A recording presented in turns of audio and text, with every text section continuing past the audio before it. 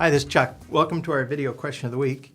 This week's question comes in from Kirk in Oklahoma. He asks, we will do great on 9 out of 10 jobs, but the bad one kills us. Any ideas on breaking this cycle? Yes, and that is a problem.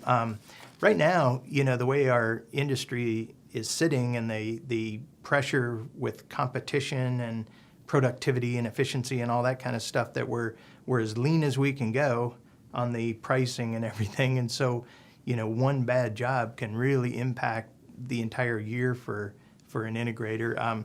In some cases, we've seen where it takes 4 subsequent good jobs to make up the money that you lose on one bad one based on how tight the margins are. So this is a problem. It's a great question.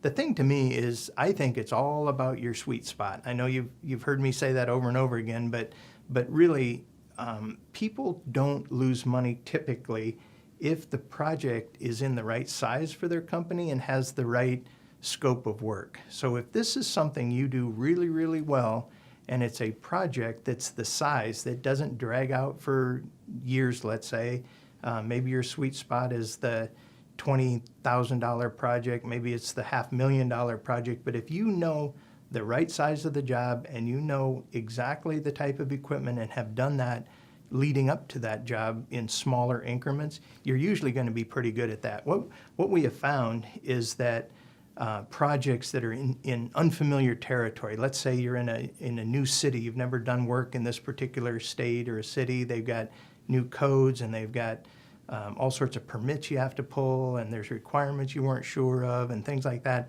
That's usually a warning flag out there. If it's a new marketplace, you've never worked in corrections before in the government project or something, that's usually a situation where you have to learn a lesson on that too. Or using new technology, if it's the first time you've ever used some new system type, or it's the first of what you hope will be many, you can't expect that first job to really go as well as some of the others will. So how I would look at that is to try to focus on proven methods and proven product groups that you have in your company, and try to really focus on that kind of sweet spot for the jobs that you work on, rather than the one-offs. If you do a series of one-offs, you're bound to have these jobs go bad. That's just the nature of what we do.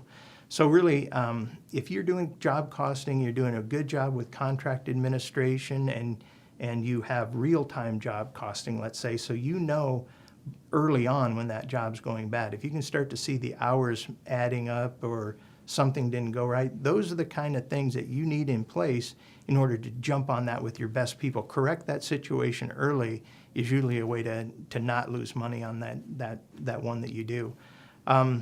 The other thing we found is that it usually comes back to having a job that is a long ways from your home base and it's a first-time project. So if you can try to focus, I guess, if there's a way to do this, is if you're going to do an experimental type of job, make sure it's close to home. Make sure that first one is in your backyard, so to speak, and don't do that halfway around the world if it's something that you're doing for the first time. So a lot of times it comes back to that. We trace it back to that bad job to something that was done a long ways away for the first time ever. So, and another thing to keep in mind is, if you're being led into a project by somebody else, a consultant or a manufacturer that wants you and you only to come and work on a project for them in an area you're not familiar with, is make sure that you've talked to them and have it well documented that they are going to be hand in hand with you on providing support for that unproven type of technology or whatever. Make sure you get that in writing ahead of time,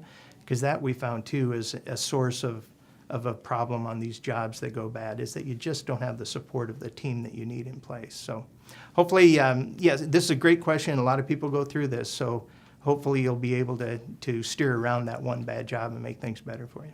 Thanks for the question.